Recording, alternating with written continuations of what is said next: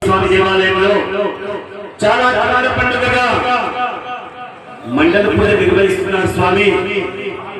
గాడిపల్లి శ్రీనివాస్ స్వామి ఆ మహాపూజ చేస్తున్నాడని చెప్పేసి వాళ్ళ గాడిపల్లి వంశానికి అంతా